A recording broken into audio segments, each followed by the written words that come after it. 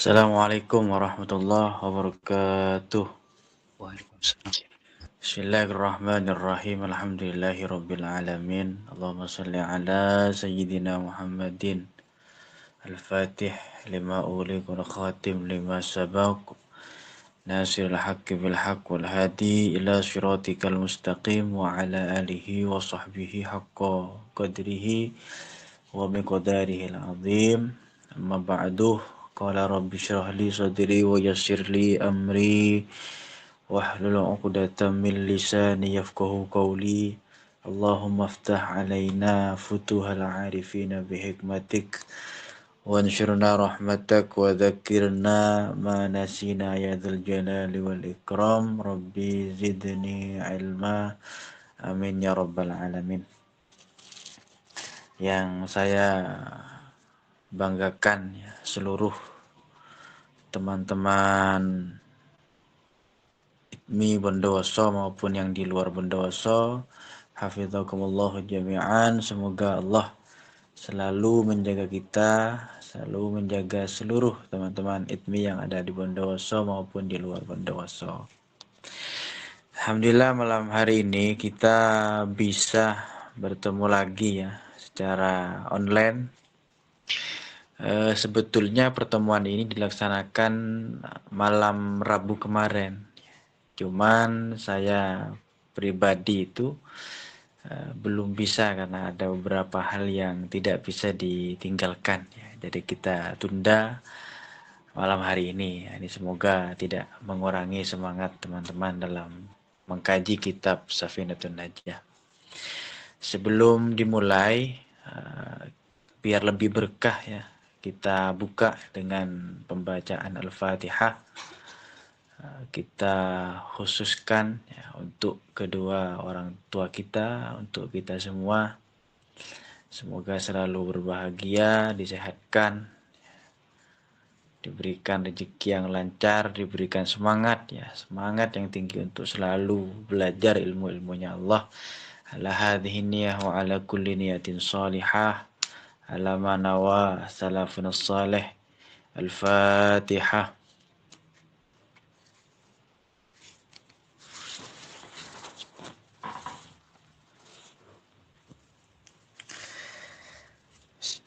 Bismillahirrahmanirrahim.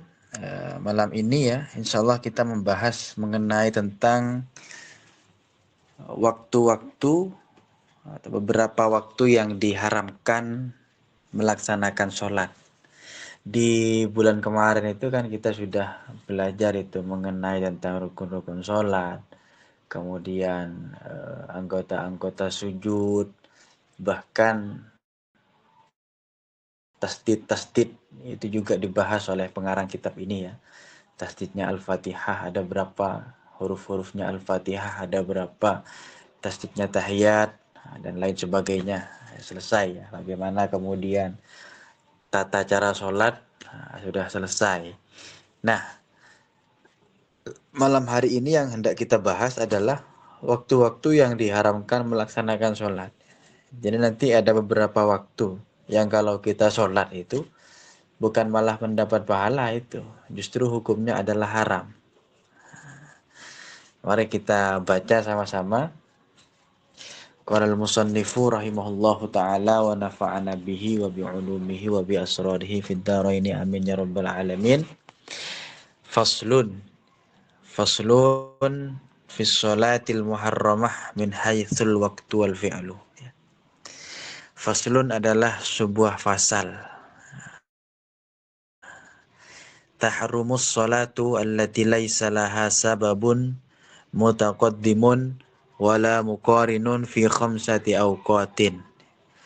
Tahrumu haram as-sholatu apa sholat ya. Haram melaksanakan sholat allati laisa laha sababun yang tidak ada sebab mutaqaddimun yang mendahului, wala muqarinun dan tidak ada sebab yang membersamai. Haramnya itu di berapa waktu? Fi khamsati awqatin, di 5 waktu. Jadi dalam sehari semalam itu ada 5 waktu yang diharamkan kita itu diharapkan untuk melaksanakan sholat. Nah, cuman catatannya adalah allati laisa laha sababun mutaqaddimun wala muqarinun. Haramnya itu melaksanakan sholat, tetapi sholatnya itu bukan gara-gara ada sholat yang kita tinggalkan atau ada sholat yang hendak kita kerjakan yang ada kepentingannya. Misalnya kalau sababun mutaqaddimun itu adalah sebelumnya kita punya hutang sholat ya, mau sholat qadha misalnya. Nah, itu enggak apa-apa. Itu namanya sababun mutaqaddimun. Kenapa? Karena qadha itu hukumnya harus segera itu. Tidak boleh ditunda. Jadi walaupun mengkodok sholat di waktu-waktu yang diharamkan melaksanakan sholat, hukumnya tidak haram. Boleh-boleh saja. Yang kedua ada sabab mukorin. Ya, sabab mukorin itu adalah sebab yang berbarengan dengan waktu yang diharamkan untuk melaksanakan sholat. Nah, misalnya istisqa. Ada namanya sholat istisqa itu ya. Sholat istisqa itu sholat untuk meminta hujan. Nah, ini diajarkan juga oleh Rasulullah Shallallahu Alaihi Wasallam. Misalnya kita mau sholat istisqa di waktu-waktu yang diharamkan melaksanakan sholat, itu nggak apa-apa. Kenapa? Karena istisqa itu masuk sababun mukorin. Ya, ada kepentingan di situ. Nah, kita lanjut dulu. Apa yang 5 waktu itu ya? Kapan 5 waktu kita diharamkan untuk melaksanakan sholat? Yang pertama, inda tulu'is syamsi hatta tartafi'a qadra rumhin. Terbitnya matahari, hatta tartafi'a qadra rumhin, sampai meninggi qadra rumhin seukuran tombak ya. Jadi ketika matahari terbit itu, kita jangan melaksanakan sholat itu. Itu masuk waktu-waktu yang diharamkan melaksanakan sholat. Ya. Jadi nunggu matahari itu terbit seukuran qadra rumhin. Kalau sudah meninggi seukuran tombak ya, tombak itu mungkin ukurannya berapa? 1 meter lah mungkin ya, kita anggap 1 meter ukuran tombak itu. Nah, kita lihat matahari itu di arah timur, kalau sudah meninggi seukuran tombak, maka sudah tidak diharamkan lagi melaksanakan sholat. Ya. Kemudian waktu yang kedua, wa indal istiwa'i, ya, ketika waktu istiwa. Ini waktu istiwa sudah kita jelaskan di bulan lalu ya. Kan kita belajar itu bagaimana cara menentukan waktu duhur, waktu asar, maghrib dan lain sebagainya. Nah, di sana ada waktu istiwa. Waktu istiwa itu ini saya jelaskan kembali.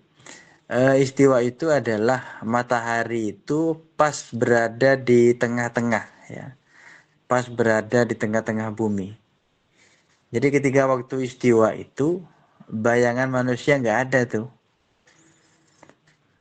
Bayangan benda di waktu istiwa itu nggak ada.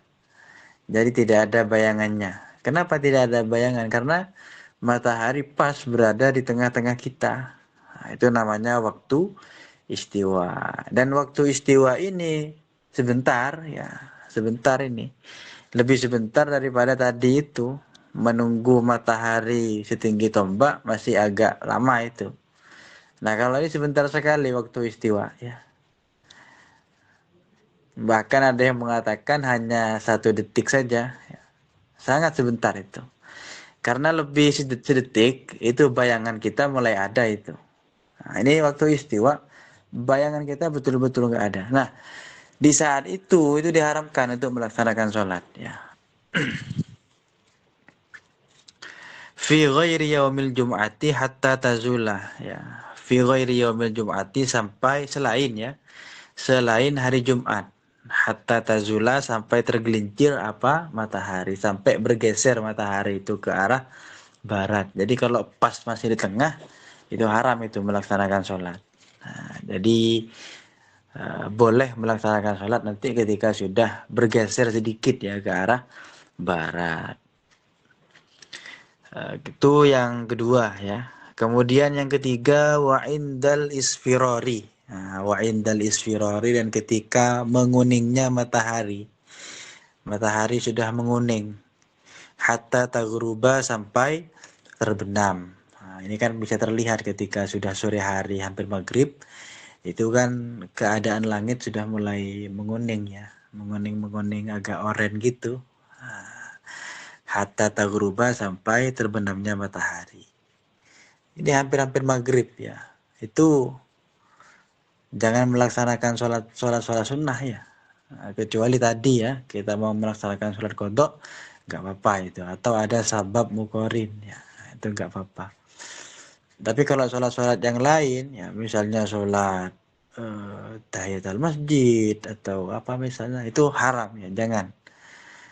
Jangan di waktu-waktu yang diharamkan ini. Kemudian yang keempat, wa ba'da sholatis subhi ya. Wa ba'da sholatis subhi, dan setelah sholat subuh. Setelah sholat subuh itu tidak ada sholat sunnah ya. Jadi ba'diyah subuh itu nggak ada. Yang ada itu qobliyah subuh. Ba'diyah itu nggak ada. Bahkan haram kata kitab ini ya. Jadi setelah subuh nggak usah sholat sunnah, sudah itu. Kemudian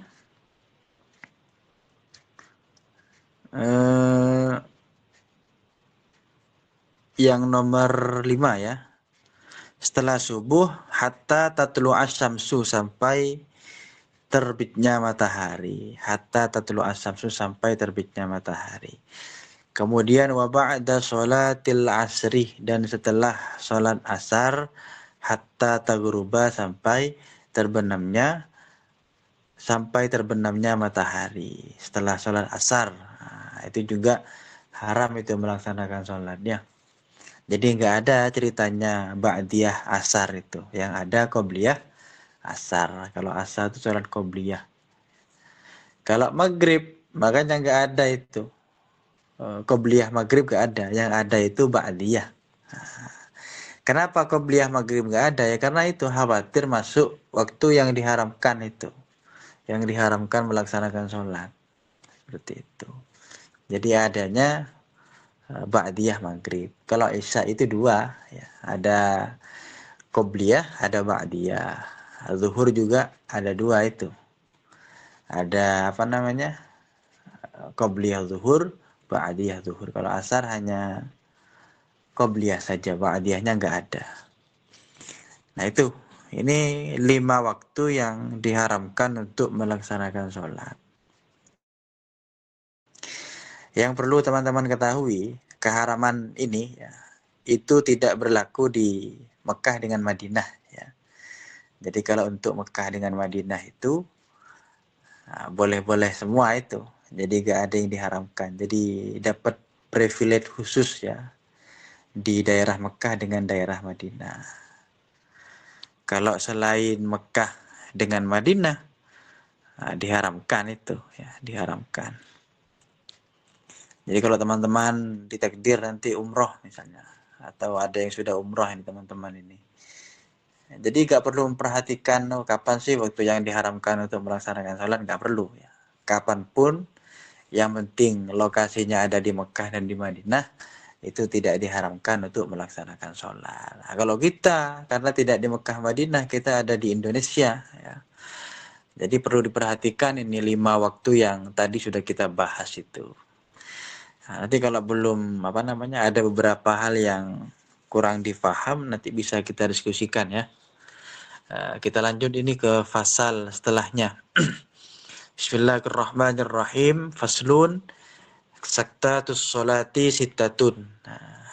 Faslun adalah suatu fasal. Saktatus sholati adapun saktahnya sholat ya. Sittatun ada 6.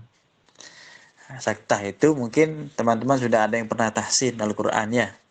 Di Al-Quran itu kan juga ada istilah saktah. Nah, saktah itu berhenti sejenak. Artinya dari bacaan yang pertama kepada bacaan yang kedua, atau pekerjaan yang pertama dengan pekerjaan yang kedua itu jangan langsung dilakukan.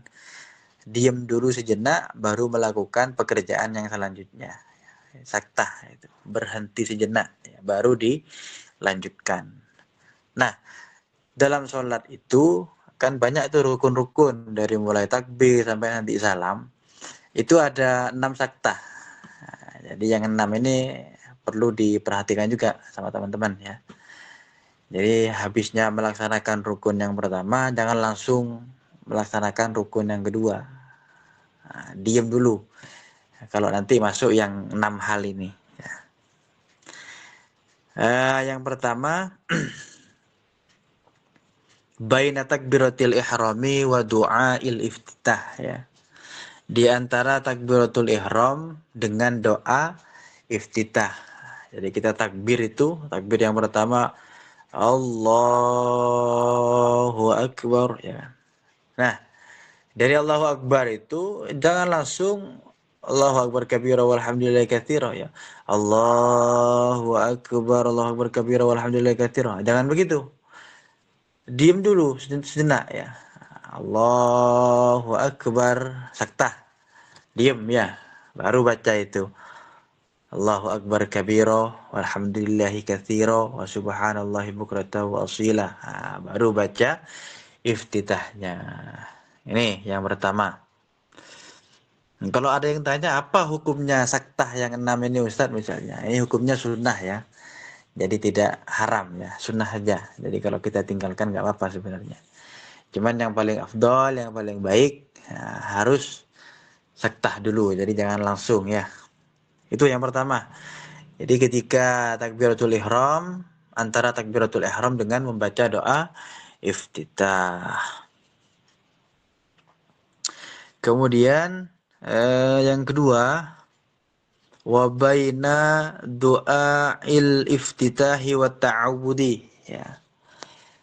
Wa baina du'ail iftitah, dan di antara doa iftitah wa ta'awudi dan ta'awud.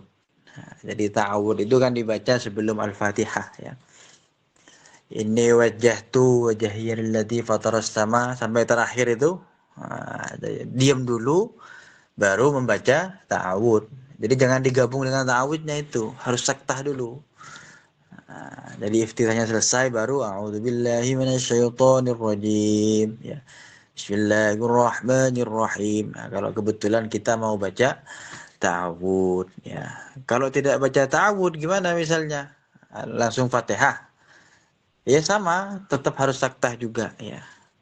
Ini yang ketiga ini, wa bainal Fatihati wa ta'awudi. Nah, di antara Fatihah dan ta'awud. Nah, ini juga saktah. Jadi kalau kita mau baca ta'awud dalam sholat, jangan digabung dengan Fatihahnya ya.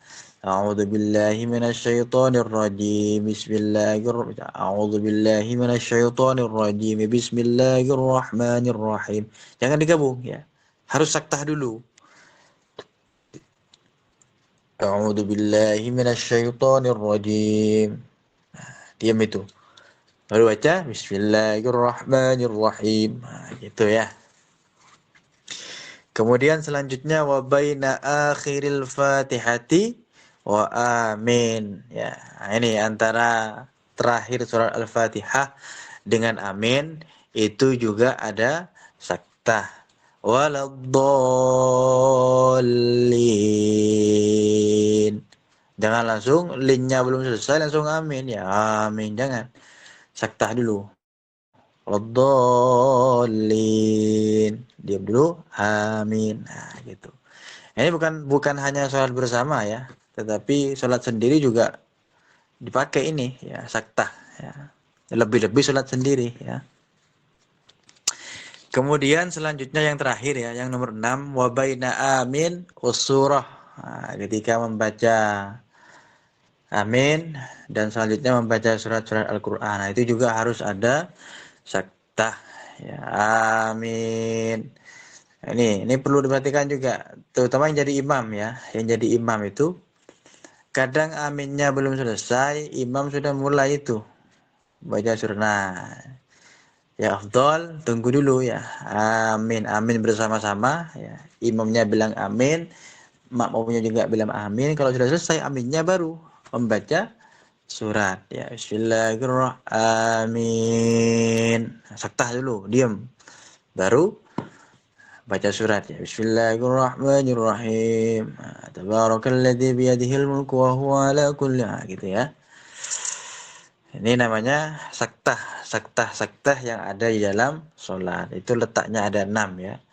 Antara takbiratul ihram dengan ta'awud, juga ta'awud dengan iftitah ya. Takbiratul ihram dengan iftitah, kemudian iftitah dengan ta'awud dengan Fatihah dengan amin dengan qiraah surah ya. Itu juga ada saktahnya itu. Nah, kemudian selanjutnya adalah wabainas surati warruku ya. Wabainas surati warruku, di antara membaca surat dan ruku. Jadi ketika habis baca surat itu, misalnya kita baca surat Al-Ikhlas ya. Lam yalid wa lam yulad wa lam yakul lahu kufuwan ahad. Jangan langsung itu. Ahad Allah. Jangan. Ahad. Diam dulu sebentar baru Allahu Akbar. Nah, seperti itu. Harus ada saktahnya, diam sejenak ya. Jadi sholat itu santai-santai saja ya. Cuman jangan terlalu cepat ya, santai aja ya. Jangan terlalu lama juga ya. Tapi kalau kita sholat sendiri terserah ya, mau lama berjam-jam nggak apa-apa ya. Tapi kalau sholat berjamaah jangan terlalu cepat, jangan terlalu pelan juga. Kalau kita sholatnya terlalu lama, itu dalam fikih ya, harus minta izin dulu ke makmum itu. Misalnya kita mau baca surat yang agak panjang ya, katanya si makmum itu, menurut kebiasaannya makmum, dia nggak biasa tuh baca surat-surat panjang ya. Surat-surat panjang misalnya seperti ya yang lebih dari 1 lembar ya, atau bahkan kadang 1 lembar itu sudah dianggap panjang, atau setengah lembar itu bagi makmum sudah panjang itu. Jadi pokok kalau sudah melebihi surat Al-Ikhlas itu dianggap panjang ya. Jadi yang standar surat Al-Ikhlas misalnya bagi makmum. Nah, kalau bagi makmum itu dirasa panjang, jadi imam itu disunnahkan untuk meminta izin kepada makmum itu. Nanti saya baca surat yang agak panjang ya, nah, gitu. Jadi jangan tiba-tiba mentang-mentang hafal 30 juz, kalian datang ke suatu tempat jadi imam tiba-tiba baca 1 juz misalnya, jangan ya. Digerebek masa nanti itu. Jadi minta izin dulu. Atau baca 2 lembar, baca 1 lembar aja itu minta izin itu. Kalau di daerah-daerah yang menganggap panjang itu. Nah, minta izin dulu, nanti baca selembar ya. Nah, kalau diizinkan oke, baru itu baca. Tapi kalau tidak diizinkan jangan maksa ya. Nah, begitu. Jadi pas ini sudah ada 6 ya. Yang terakhir itu wabainas surah warruku, di antara membaca surat dan ruku. Ini nanggung ini, saya lanjutkan ya ke fasal setelahnya ini. Ini mengenai tentang tumakninah. Faslun ialah suatu fasal. Al-arkanu allati talzamuhu fiha tumakninatu arba'atun.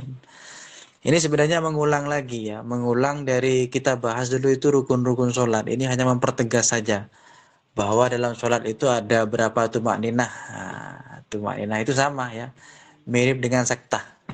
Kalau saktah itu bacaan, tapi kalau tumakninah itu gerakan, ya, gerakan-gerakan. Nah, itu tumakninah.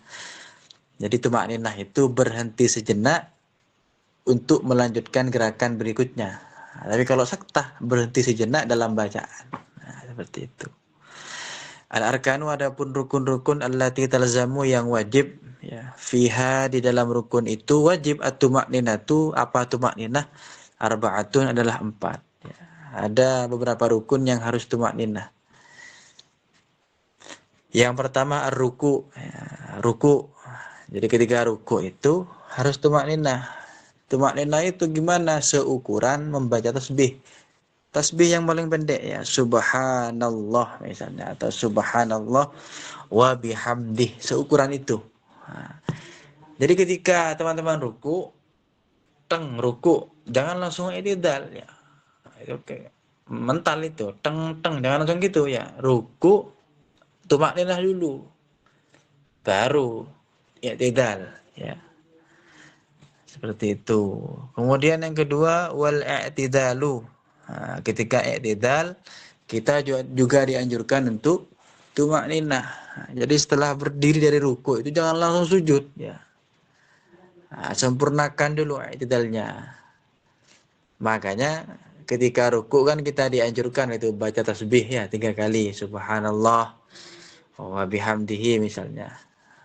Baca tasbih 3 kali. Ketika i'tidal kita juga disunahkan baca doa itu. Sami Allahu liman hamidah Rabbana walakal hamdu.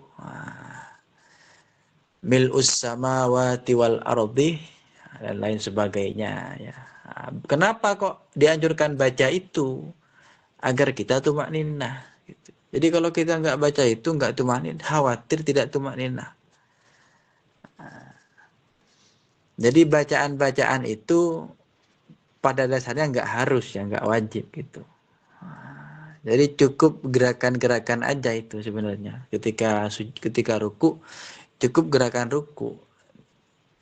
Tidak ada kewajiban untuk membaca tasbih itu, tidak ada. Yang penting rukunya tumakninah, i'tidalnya tumakninah. Nah, biar menjaga tumakninah, akhirnya oleh Nabi diajarkan itu doanya ruku gimana, doa yang dibaca ketika i'tidal gimana. Itu untuk untuk memantapkan tumakninah. Kemudian yang ketiga wassujudu dan sujud ya. Wassujudu dan sujud, ketika sujud juga begitu. Kita dianjurkan tumakninah. Jadi kalau kalian ketika sujud sudah baca tasbih Subhana rabbiyal a'la wa bihamdih misalnya. Nah, itu sudah tumakninah itu. Apalagi bacanya sampai 3 kali. Seperti itu. Wal julusu bainas sajdataini, yang keempat, wal julusu dan duduk bainas sajdataini, di antara 2 sujud ya. Duduk di antara 2 sujud itu juga dianjurkan tumakninah.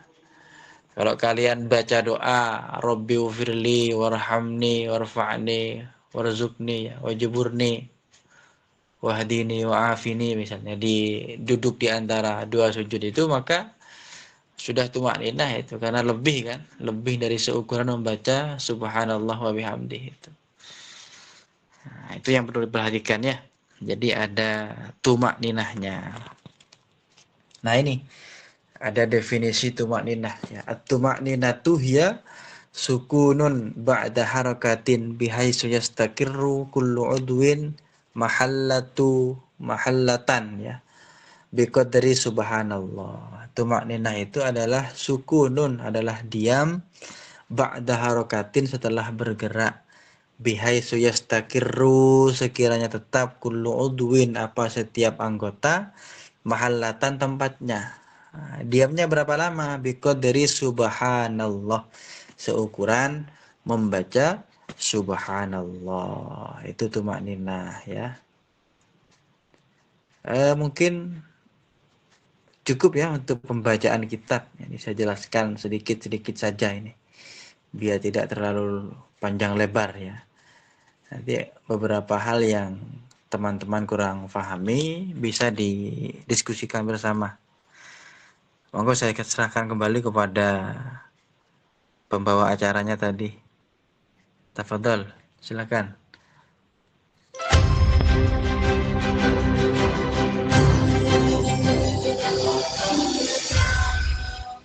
Sahabat pendengar setia kajian online ITMI Bondowoso, kini kita telah memasuki sesi diskusi dan tanya jawab. Bagi sahabat semuanya, dipersilahkan untuk bertanya tentang hal-hal yang berkaitan dengan nilai-nilai keislaman atau menanyakan kembali materi yang telah disampaikan apabila masih ada yang belum difahami. Mohon untuk menyebutkan nama lengkap serta asal tempat tinggal sebelum menyampaikan pertanyaan.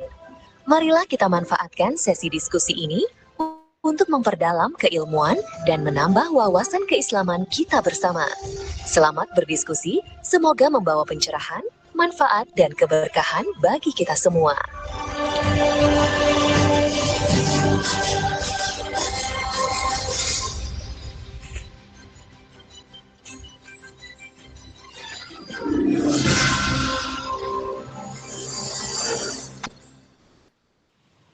Alhamdulillah kita sudah mendengarkan kajian malam hari ini yang sudah disampaikan oleh Ustadz Firman Hidayat. Semoga apa yang sudah disampaikan menjadi wawasan buat kita semuanya dan menambah ilmu dan tentunya bisa bermanfaat ke depannya. Seperti biasa, kita buka diskusi, tapi sebelum saya buka penanya, saya ingin bertanya dulu ya sama Ustadz Firman tentang apa yang sudah tadi dijelaskan, beberapa waktu yang diharamkan dan tempat di Mekah atau di Indonesia. Nah, itu selain ciri-ciri yang sudah tadi disampaikan atau beberapa poin yang sudah disampaikan, mungkin ada penjelasan yang lebih luas lagi kenapa itu diharamkan, Ustaz, dan kenapa ada perbedaan antara Indonesia dan Mekah. Mohon penjelasannya.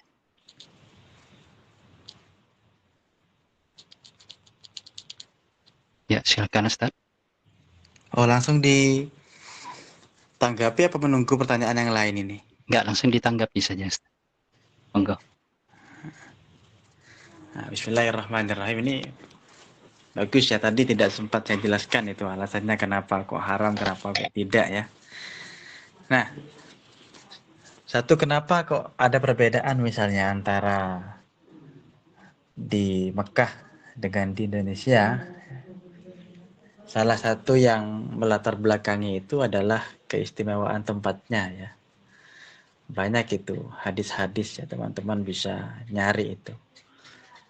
Betapa dimuliakannya kota Mekah ya, daripada kota-kota yang lain termasuk di Madinah. Jadi misalnya hadis yang mengatakan bahwa pahala ya, soal pahala misalnya. Kalau sholat di Mekah itu pahalanya sekian, kalau di luar Mekah pahalanya sekian ya. Salah satu hadisnya itu kalau kita sholat 1 kali di Mekah itu mendapatkan pahala 100.000 dilipat gandakan katanya itu. Kalau di Madinah itu lebih sedikit daripada di Mekah ya. Ada yang mengatakan 60.000, ada yang 70.000. Juga banyak hadis-hadis yang lain itu yang konotasinya itu lebih mengistimewakan Mekah daripada daerah-daerah yang lain. Nah, ini kemudian beberapa ulama menganggap bahwa ketentuan ini juga berlaku dalam hal-hal yang diharamkan untuk sholat ya. Termasuk dulu ada para sahabat itu, karena Nabi kan pernah bilang itu bahwa kalian jangan melaksanakan sholat di beberapa waktu ini, kata Nabi.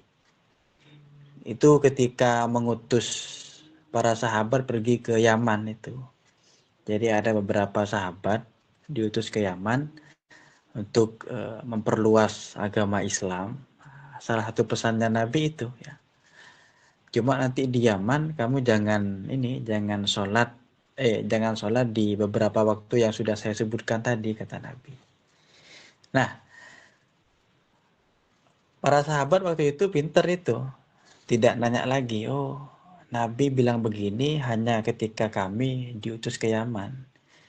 Tetapi ketika di Mekah berarti nggak apa-apa gitu. Nah, itu juga satu hal yang kemudian mengapa ada perbedaan antara daerah yang ada di Mekah, yang ada di Madinah dengan daerah-daerah yang lain.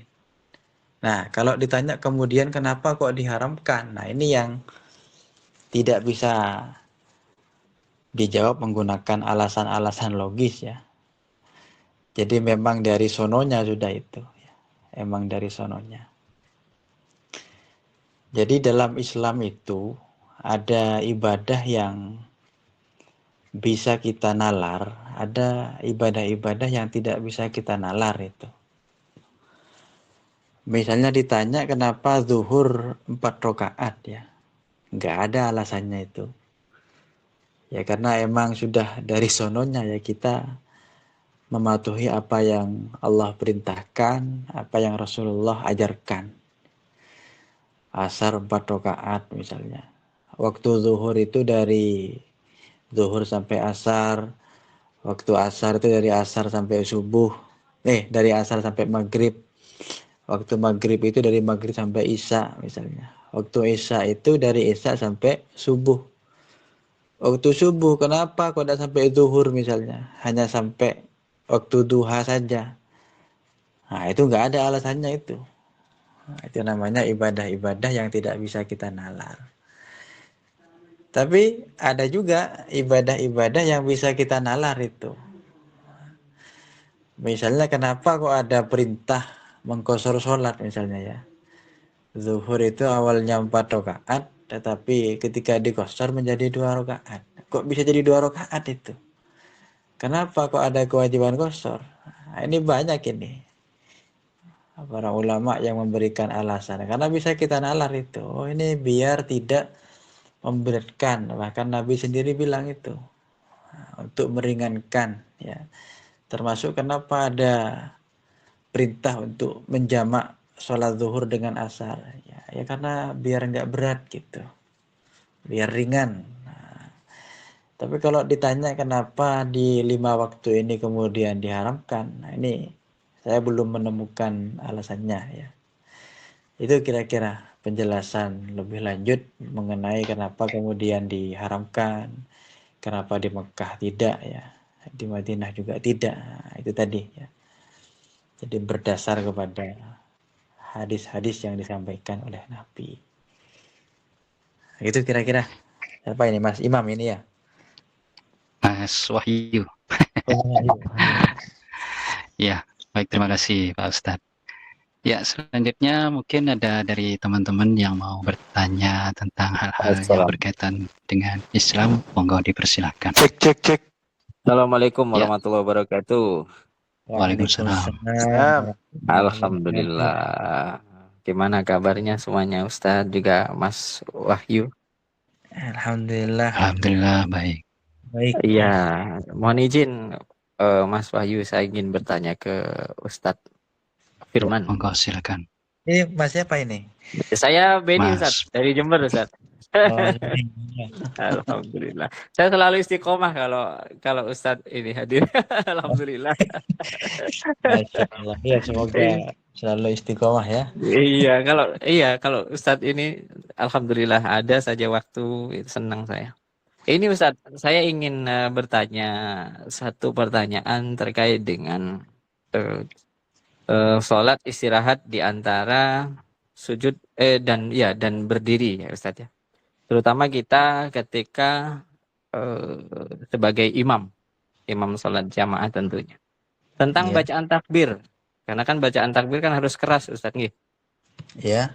Nah, ini gimana tentang bacaan? Apakah kita ketika istirahat itu membaca 2 takbir atau hanya disebutkan misalnya Allah gitu, duduk dulu, kemudian Allahu Akbar atau berdiri kemudian. Nah, itu bagaimana Ustadz? Mohon bimbingannya. Terima kasih. Istirahat gimana maksudnya itu Mas Benny? Gini Ustadz, ketika kan duduk dulu itu Ustadz, ketika mau berdiri kembali. Ketika setelah sujud. Mau menginjak ke rakaat yang kedua. Iya, itu kan ada waktu istirahat. Gitu kan disunahkan kan gitu Ustadz.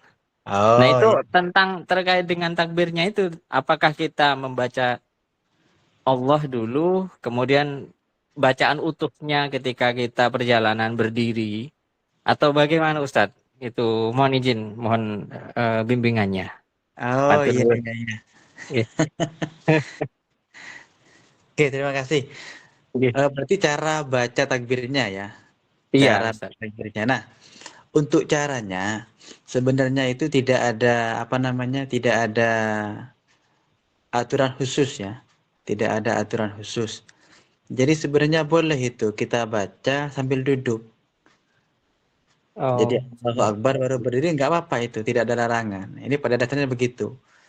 Cuman yang paling bagus ya, karena sholat itu kan kata Nabi, shollu kama ra'aitumuni usolli ya. Jadi Nabi itu kalau berjamaah ya, karena Nabi kan menjadi imam itu. Nah, Siap. beliau itu baca dari duduk sampai berdiri, sampai betul-betul berdiri. Siap. Jadi dari duduknya itu Allah, dipanjangkan itu Allah. Baru ketika sudah berdiri, bar ya, baru bar. Bahkan sebagian riwayat itu kadang Nabi itu baca baca takbirnya itu bukan dari duduk ya. Jadi ketika beliau sudah mulai berdiri, beliau baru baca itu Allahu Akbar.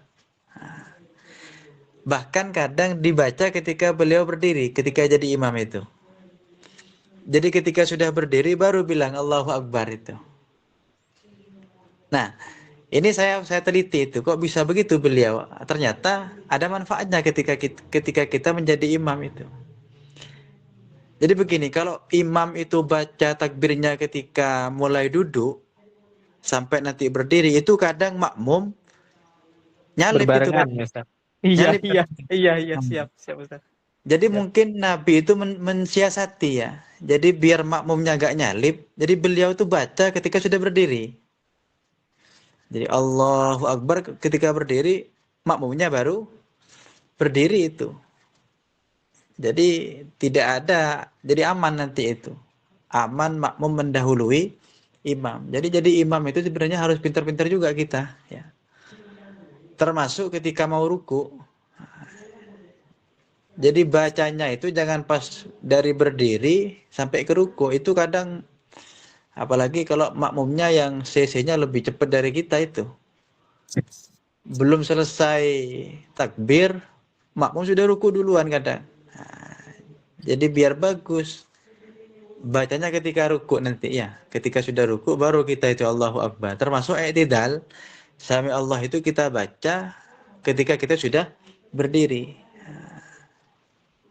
Jadi aman itu nanti. Makmum aman mendahului imam. Jadi pahala jamaahnya sempurna. Ya, pahala jamaahnya makmum sempurna nanti. Nah, gitu. Oh, Jadi siap Ustaz. kesimpulannya adalah sebenarnya tidak ada ketentuan ya. Terlebih kalau kita sholat dalam keadaan sendiri tidak berjamaah. Nah, mau dibaca ketika duduknya atau dari duduk bersambung sampai berdiri atau ketika berdirinya itu sama-sama boleh ya. Gitu. Nah, cuma kalau jadi imam usahakan sesuai siasat-siasat tadi itu ya. Iya, siap Ustaz. Siap Ustaz. Siap. Alhamdulillah. Mungkin sangat-sangat bisa saya pahami Ustaz untuk bekal petunjuk saya. Ya kapanpun, sampai kapanpun. Matur nuwun Ustaz. Semoga selalu sehat Ustaz Amin, sekeluarga. amin. Oke, terima kasih Mas Wahyu. Itu sepertinya ada Mas Udin yang cekcok gitu di dalam. Itu mohon diperhatikan Mas Wahyu, matur nuwun. Assalamualaikum warahmatullahi wabarakatuh. Waalaikumsalam warahmatullahi wabarakatuh. Ya, terima kasih Mas Beni barusannya. Mungkin yang lain ada yang mau Assalamualaikum bertanya. warahmatullahi wabarakatuh. Waalaikumsalam. Saya Udin Ustadz. Dari mana? Yang sering ikut di kajian ini. Temannya ini Mas Jamal, Mas Wahyu. Dari Bondowoso, Ustaz. Dari Bondowoso. Ini Ustadz, saya mau tanya. Bagaimana hukum berwudu tapi bicara gitu. Masalahnya gini Ustadz, saya kemarin tuh pas ambil wudu, ini cerita sedikit Ustadz. Pas ambil wudu tuh dibicarai oleh teman kerja gitu. Saya nanti nyaut salah, nyaut itu batal, nggak nyaut, takut orangnya tersinggung gitu. Itu gimana hukumnya Ustadz? Apakah saya harus mengulang wudunya kembali? Atau gimana Ustadz? Segitu dari saya Ustadz, terima kasih. Assalamualaikum warahmatullahi wabarakatuh. Waalaikumsalam warahmatullahi wabarakatuh.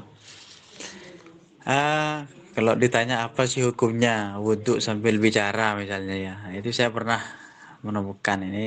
Kira-kira teksnya itu di kitab Minhajul Qawim ya. Kata Minhajul Qawim itu wa alla yatakallam ya fi jami'i wudu'ihi illa lil maslahah katanya. Jadi hendaknya seseorang yang berwudu itu tidak berbicara ya. Jadi sunnahnya itu nggak bicara gitu.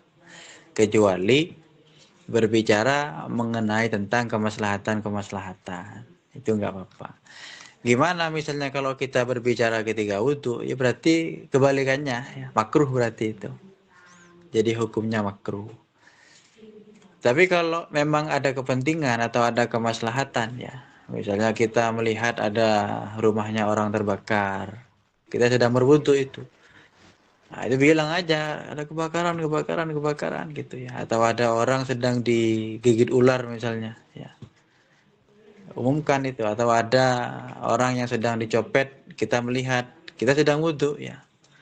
Disampaikan aja kepada orang-orang itu. Nah, tapi kalau tidak ada kepentingan, tidak ada hal-hal yang urgen lah, seyogyanya untuk tidak berbicara. Nah, kata teman saya begini, Ustadz, nggak apa-apa, itu selama kamu nyambung dengan wudhunya itu nggak batal, katanya seperti itu kemarin itu. Iya, kalau wudhunya nggak batal, jadi berbicara sebanyak apapun kamu ketika wudhu, wudhunya nggak batal itu. Nah, cuman usahakan ketika wudhu nggak bicara. Tapi begini, misalnya kalau ada orang yang, ini mungkin ya, gimana hukumnya menjawab salam misalnya ya? Iya, Ustaz. Orang bilang assalamualaikum, kita sedang berwudu itu. Assalamualaikum warahmatullahi misalnya. Assalamualaikum. Menjawab salam itu apa hukumnya itu? Wajib. Wajib kan? Nah, Iya. berbicara ketika wudu apa hukumnya? Makruh. Iya, makruh. Nah, berarti kan levelnya lebih tinggi wajib tadi itu ya. Iya. Nah, jadi nggak apa berarti itu menjawab salam itu. Tapi kalau misalnya juga ini mungkin yang kedua, ada orang ngajak ngomong, kalau kita nggak ngomong kemudian timbul fitnah ya. Misalnya yang ngomong itu orang yang derajatnya lebih tinggi dari kita, orang tua kita misalnya manggil ya. Iya, Ustaz. Mas siapa tadi, Mas Udin ya? Iya, saya. Udin misalnya dipanggil misalnya. Kalau kita nggak jawab kan dosa itu. Iya. Nggak apa-apa seperti itu. Tapi kalau yang ngajak ngomong itu teman kita ya, apalagi akrab sama kita lah. Iya. Nggak usah didengerin itu dulu. Nah, kita selesaikan aja wudhunya ya. Nah, kenapa kemudian kok dimakruhkan itu berbicara ketika wudhu? Karena esensinya ketika kita wudhu itu sudah bersiap menghadap Tuhan ya. Sudah bersiap menghadap Allah. Jadi kalau sudah tujuan kita kepada Allah, nggak boleh diduakan itu. Jadi harus satu Allah saja. Ya. La yusyriku bihi ahadan. Ya. Allah itu tidak bisa dibandingkan dengan siapapun gitu. Nah itu kenapa kemudian para ulama memakruhkan, nggak sampai haram ya. Nggak sampai haram, nggak sampai membatalkan wudhu, cuma makruh aja. Makruh kan artinya kan sesuatu yang tidak disukai itu. Sesuatu yang tidak disukai oleh siapa? Ya oleh Allah ya. Hanya nggak suka saja, nggak sampai haram itu. Nah, jadi nanti caranya pokok kita lihat saja, tergantung kondisi dan situasi ya. Iya, Ustaz. Tergantung situasi dan situasi. Kalau hukum dasarnya yaitu tadi makruh, tidak membatalkan kepada wudhunya gitu. Iya. Nah, itu mungkin kira-kira. Jadi harus. Ya, terima kasih Ustadz Firman. Semoga sehat selalu. Amin. Assalamualaikum Amin. warahmatullahi wabarakatuh. Waalaikumsalam warahmatullahi wabarakatuh. Ya, terima kasih buat Mas Udin. Tadi kita sudah mendengarkan penjelasan dan pertanyaan dari dua penanya di Google Meet. Gimana kalau di radio, apakah ada? Ya, ada Mas Wahyu, ada ya? Ya, silakan. Oke, ini Ustadz, saya Firdaus dari Loksmawe Aceh, dari Gelora Radio. Saya mau bertanya, Ustadz, ini tentang yang Mas Wahyu sampaikan tadi juga ya. Kenapa di Mekah dan Madinah itu dilebihkan? Nah, yang ingin saya tanyakan itu begini Ustadz, ketika kita sholat tahiyatul masjid di masjid daerah kita ini gitu, itu apakah ada saya dengar di salah satu dakwah Ustadz, saya nggak usah nyebut dakwahnya, di situ dikatakan kalau kita sholat tahiyatul masjid itu pahalanya sama kayak kita umrah ke Mekah, Ustadz, itu katanya. Nah, yang ingin saya tanyakan, apakah ada pernyataan seperti itu? Karena sampai saat ini saya masih ragu dengan pernyataan seperti itu. Karena kan tadi jelas Ustadz juga sudah sampaikan bahwa tidak ada tempat selain yang paling mulia itu Mekah ataupun Madinah. Tidak ada tempat lain lagi gitu. Nah, itu yang ingin saya tanyakan Ustadz. Terima kasih Ustadz. Ya, terima kasih. Monggo silakan Ustadz. Berarti pertanyaannya itu masalah pahalanya tahiyatul masjid ya? Iya Ustadz, tahiyatul masjid. Nah, kalau pahala seperti yang Mas siapa tadi yang dari Aceh ini? Firdaus Ustadz. Firdaus. Ya, kalau yang disampaikan itu saya belum menemukan keterangannya ya. Cuman memang banyak itu bisa dilacak di hadis-hadisnya mengenai tentang pahala orang yang sholat tahiyatul masjid ya.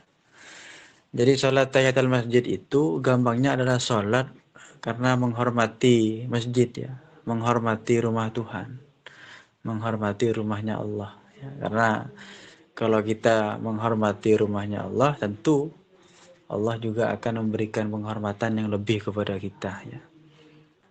Banyak itu. Kalau yang pernah saya baca di hadisnya itu, kita akan didoakan oleh banyak malaikat ya, termasuk mendapatkan maghfirah dari Allah dan lain sebagainya ya. Cuma kalau apa tadi pahalanya itu ya? Iya, pahalanya Ustaz. Jadi di Apa katanya pengajian tadi? Yang sampai sampaikan tadi? yang masalah pahala Ustaz. Iya. Pahalanya berapa katanya itu? Katanya pahalanya sama kayak kita melakukan kegiatan umrah di masjid Mekah gitu Ustaz, di masjid Masjidil Haram Ustaz. Itu saya masih belum pernah membaca ya, cuma nanti saya cek lagi itu. Saya mau menyalahkan juga enggak berani, takut saya yang kurang baca ya. Kalau yang pernah saya baca tadi itu ya. Jadi pahalanya itu kalau kita sholat tahiyatul masjid, banyak para malaikat yang mendoakan, memintakan ampunan kepada kita, mendoakan kebaikan untuk kita dan lain sebagainya. Seperti itu. Intinya begini, kita beribadah itu sebenarnya tidak penting melihat kepada kita dapat pahala berapa sih misalnya ya. Itu tidak terlalu penting esensinya. Jadi sebagian ibadah itu disampaikan pahalanya oleh Nabi hanya untuk kadang memotivasi umatnya ya. Jadi sebagai manusia kan butuh motivasi itu. Manusia itu kalau nggak ada motivasi nggak gercep ya. Ada orang suruh kerja secara gratis dengan kerja dibayar itu beda itu. Nah, jadi untuk memotivasi umat Muslim, jadi memang ada sebagian ibadah itu yang ditampakkan pahalanya oleh Nabi itu. Nah, kalau kamu puasa misalnya pahalanya sekian, kalau kamu sholat di sini pahalanya sekian, itu memang ada itu. Nah, begitu kira-kira ya. Nanti saya cek lagi itu untuk keterangan kalau kita tahiyatul masjid sama seperti pahala haji dan umroh ya. Karena luar biasa itu berarti ya. Betapa pentingnya sholat tahiyatul masjid atau tahiyatul masjid. Itu jawaban sementara dari. Satu lagi Ustaz, bisa Ustaz ya? Silakan. Satu lagi. Ya. Ini Ustaz, satu lagi nih Bang. Di Aceh ini kan, saya nggak menyalahkan Aceh ya, tapi saya penasaran aja gitu. Itu setiap malam nisfu Sya'ban ada namanya sholat tasbih Ustaz. Nah, yang ingin saya tanyakan, apakah ada sebenarnya sholat tasbih itu atau tidak ada Ustaz? Karena menurut hadis yang pernah saya baca waktu pas saya masih di pesantren dulu juga, itu hadisnya sangat lemah untuk kegiatan sholat tasbih sendiri. Kecuali kita disuruh baca Quran, zikir di malam tersebut gitu Ustaz. Nah, itu bagaimana pengertiannya Ustaz? Terima kasih Ustaz.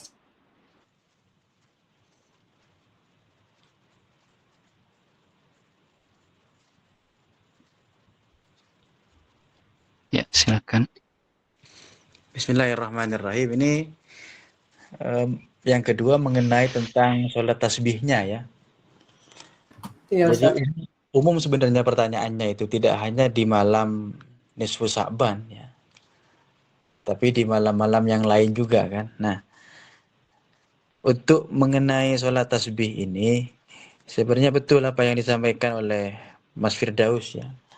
Tidak ada hadis yang secara spesifik itu menjelaskan mengenai tentang bagaimana kemudian hukum dari pelaksanaan sholat tasbih itu sendiri ya. Cuman pemahaman sholat tasbih itu diperoleh dari hadis-hadis yang menganjurkan sholat sunnah. Misalnya pendapat yang disampaikan ada itu, kalau teman-teman nanti buka kitab Nihayatul Zain ya, itu ada caranya itu. Sholat tasbih misalnya ada 4 rakaat ya, 4 rakaat 1 salam, ada yang 2 rakaat 1 salam. Kemudian di dalam sholatnya itu memperbanyak membaca tasbih seperti itu. Itu ini kembali kepada keyakinan teman-teman ya. Karena begini teman-teman. Jadi ilmu itu terkadang ada yang tertulis di kitab ya, atau bahkan ada yang disampaikan secara umum. Ada beberapa ilmu yang tidak ditulis di kitab atau juga ilmu yang tidak disampaikan secara umum ya. Jadi perolehannya itu hanya disampaikan kepada orang-orang khusus saja. Termasuk Nabi ya. Nabi itu ada beberapa ilmu yang diajarkan kepada seluruh sahabat. Ada yang hanya diajarkan kepada orang-orang terdekatnya Nabi saja. Nah, teman-teman ini mungkin juga pernah begitu ya. Punya seorang guru, tapi si guru ini ngasih ilmunya nggak ke seluruh muridnya. Hanya beberapa murid yang dianggap mampu oleh gurunya. Nah, terkadang amalan-amalan ibadah kita itu seperti itu. Termasuk sholat tasbih ini. Nah, ini kembali kepada teman-teman masing-masing. Kalau teman-teman dapat sanad ya, dapat sambungan sanad mengenai sholat tasbih, monggo dikerjakan itu. Tapi kalau seandainya teman-teman ragu misalnya, saya belum mendapatkan sanad dari guru saya misalnya, nggak usah dikerjakan itu. Nggak usah dikerjakan ya. Jadi sesuai kembali kepada teman-teman sendiri itu. Karena kan kita punya guru masing-masing ya, punya sanad masing-masing itu. Punya sanad yang berbeda-beda. Monggo dilaksanakan. Kalau pengen aman misalnya belum mendapatkan sanad, ya jangan dilakukan ya. Kita lakukan saja yang pernah yang sudah masyhur ya, seperti sholat tahajud, seperti sholat sunnah taubat ya, sholat duha dan lain sebagainya. Itu tertulis di kitab-kitab itu, bahkan hadisnya banyak itu. Nah, begitu kira-kira ya untuk sholat tasbih. Ya, terima kasih. Gimana? Apakah sudah, Mas Firdaus? Aman, Pak Wahyu, Assalamualaikum dilanjut. warahmatullahi Oh wabarakatuh. ya, ya Waalaikumsalam.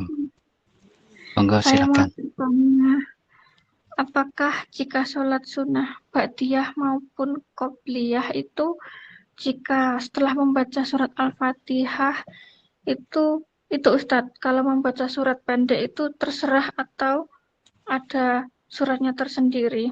Maksudnya seperti itu. Maaf, ini dari Mbak siapa, di mana? Ini dari Tini di Tuban. Oh, Mbak Tini. Baik. Monggo silakan Ustaz. Dan satu lagi, kalau sholat sunnah ba'diyah maupun qobliyah, isya maupun duhur itu niatnya gimana ya Ustadz? Misalnya kayak usolli sunatat duhuri qobliyatal gitu, atau langsung usolli sunatat qobliyatal, atau seperti itu. Mohon dijelaskan ya Ustadz. Terima kasih. Sama-sama.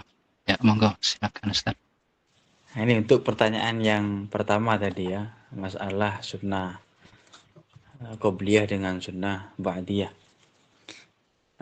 Apa tadi mengenai apa yang pertama ya?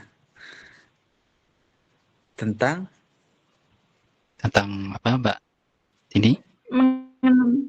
Mengenai apakah setelah membaca surat Al-Fatihah itu iya, membaca surat suratnya pendek ya. terserah atau ada Nah, suratnya tersendiri?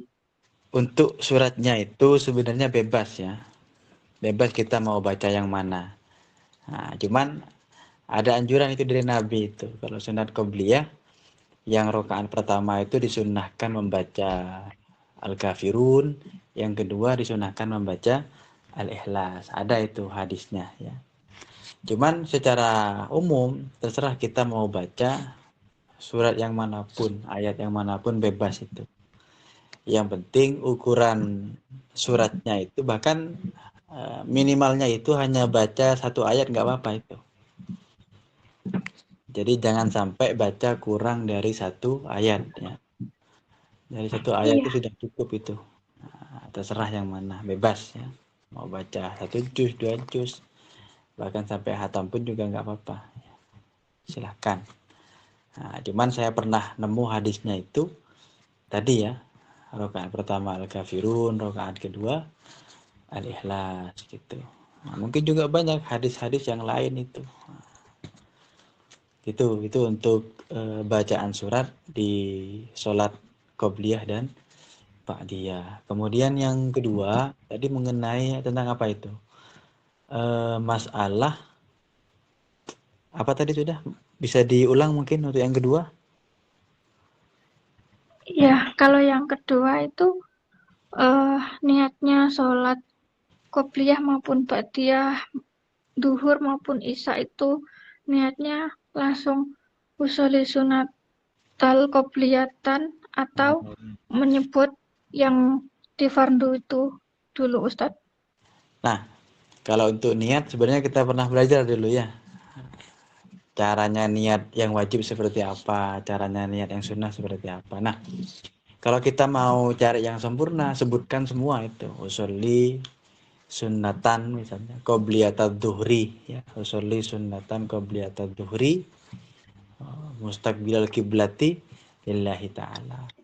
Misalnya kita mau mengatakan usolli qobliyatad duhri cukup itu. Tidak perlu mengucapkan kata sunnah ya. Cukup usolli qobliyatad duhri. Bahkan ada sebagian para ulama cukup usolli saja cukup itu. Yang penting kita melaksanakannya betul-betul di sebelum zuhur ya, sebelum melaksanakan sholat zuhur. Itu. Yang paling bagus tadi ya, kita sempurnakan aja itu. Usolli qobliyatan, usolli sunnatan qobliyatad duhri lillahi ta'ala gitu. Intinya ada lafadz usollinya ya. Usolli ya, kalau mau diperjelas qobliyatad duhri atau ba'diyatad duhri. Gitu. Semoga bisa difaham. Oke, terima kasih. Assalamualaikum. Waalaikumsalam warahmatullahi wabarakatuh. Ya, terima kasih buat para sahabat yang sudah bertanya, yang ada di Google Meet dan ada di radio. Mungkin cukup segini dulu ya Ustadz, karena waktunya sudah mau habis gitu. Mungkin lain waktu kita bisa ketemu lagi, bisa belajar lagi. Mudah-mudahan juga Ustadz selalu diberikan kesehatan dan umur yang panjang. Amin, amin. Nanti kita ketemu di bulan puasa ini ya? Itu masih kita bicarakan Ustadz, dari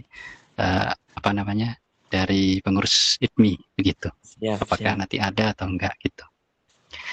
Ya, terima kasih sekali lagi. Saya Wahyu Juni Prasetyo yang bertugas pamit dari ruang dengar teman-teman semuanya. Mohon maaf jika ada kesalahan yang disengaja maupun yang tidak disengaja. Terima kasih. Assalamualaikum warahmatullahi wabarakatuh. Waalaikumsalam warahmatullahi wabarakatuh.